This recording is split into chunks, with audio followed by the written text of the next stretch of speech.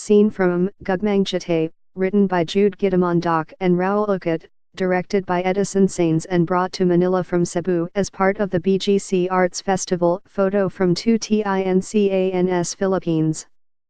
In the very last week of the month, we suddenly had a crowded schedule of plays in varied venues and of very varied styles, but all very Filipino in character. Here are short impressions of these notable offerings.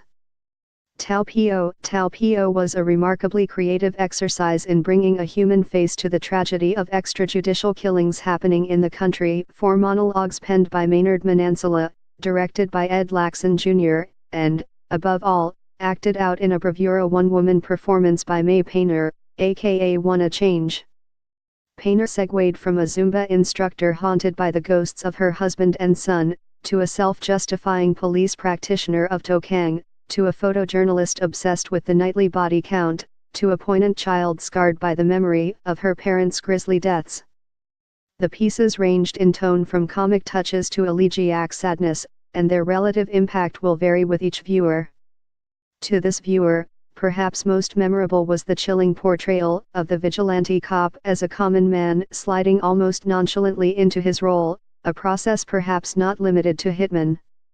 Indeed, beyond its virtues as theater, the play stands as a powerful social document of the times.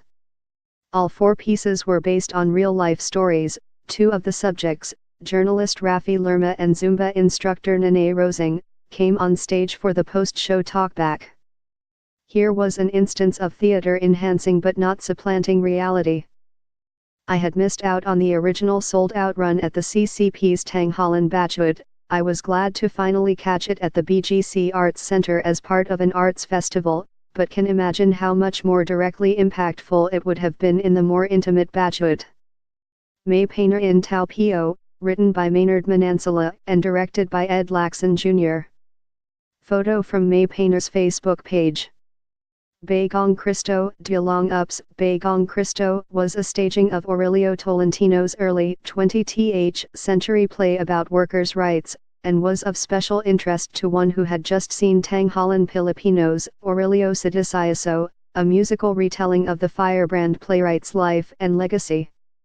I had associated Tolentino primarily with the cause of anti-US colonialism. Bagong Cristo was rather different, focusing on the conflict of social classes, explicitly socialist in its sympathies and searingly forthright in its portrayal of capitalist oppression. It's polemical theater, so one does not look to the play for character development or nuanced storytelling, but for a clear exposition of a socio-political position, and in this it could not be more trenchant. The Dialong Up production, directed by Alexander Cortez, sought to clothe what might have been an overly severe polemic in dramatic period color and movement, and was successful to a large extent.